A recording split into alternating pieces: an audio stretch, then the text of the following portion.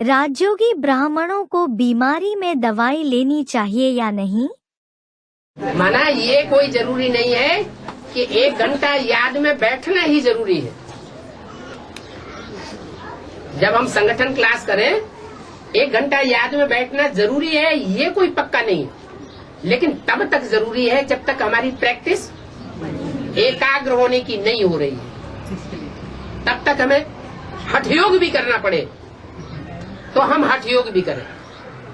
जैसे हम बीमार हैं, हमें पता चल गया कि योग सबसे बड़ी दवाई है, परमात्मा की याद सबसे बड़ी दवाई है और आखिरी दवाई यही है कि नहीं है? फिर हम दूसरी जो तरीके हैं मनुष्यकृत, एलोपैथी, होम्योपैथी, नेचुरोपैथी, इनको उपयोग में लाएं या न लाएं? नहीं, प्रवृत्ति की बात नहीं, कहा कि इनको उपयोग में लाएं या न लाएं? लाना पड़ेगा ही। क्यों? क्योंकि अभी पूरी पकी नहीं है। राजयोग परिपक्व स्टेज में पहुंचा नहीं है। पूरी घी में डाली जाती है, नीचे पड़ी रहती है, डालते ही ऊपर क्यों नहीं आ जाती? उसका एक गर्मी का जो टेम्परेचर है, जब तक उसे नहीं मिलेगा तब तक वो ऊपर नहीं आएगी। ऐसे ही पुरुषार्थ का भी टेम्परेचर है, वो जब तक टेम्पर नहीं पकड़ेगा। कितनी देर याद में टिकते हैं? बैठ के भी कितनी देर टिकते हैं? है? अरे ज्यादा में ज्यादा किसी का अनुभव हो तो बताए कि हम इतनी देर याद में टिक जाते हैं, बिंदु रूप स्टेज में टिके रहते हैं। कितनी देर? हा? अरे ज्यादा से ज्यादा किसी का अनुभव हो तो आप ही बताओ ना, आपका प्रश्न। स्टेज बनती ही नहीं है।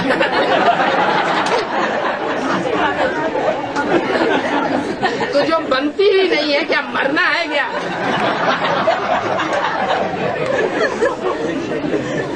कहते हम तो ईश्वर की ही दवाई उपयोग करेंगे, हम मनुष्यों की दवाई लेंगे ही नहीं। अब बीमारी भयानक भयानक लगी हुई है, उससे ये भी देखते हैं कि लोगों को फायदा हो रहा है, कम से कम जिंदा तो रह जाते हैं। अरे जान है तो जहान है।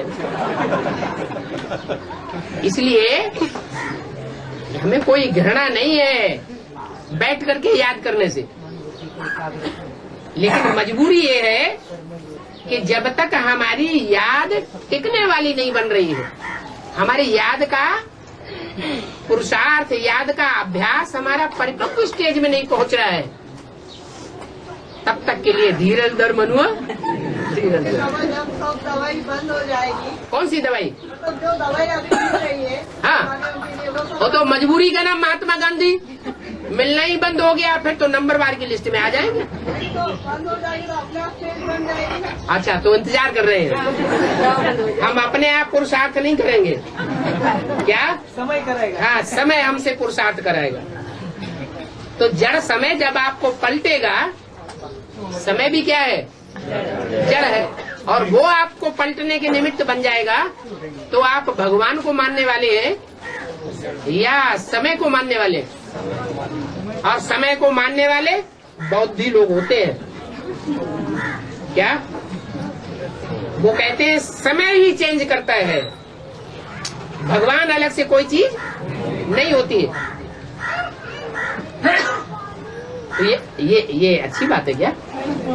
समय तो जड़ है और आत्मा तो चैतन्य है। चैतन्य आत्मा पुरुषार्थी है, आत्मा का बाप भी है, वो भी चैतन्य है।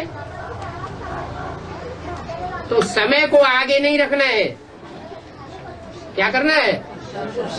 बाप को आगे रखना है और बाप को देख करके पुरुषार्थ करना है, फॉलो करना है।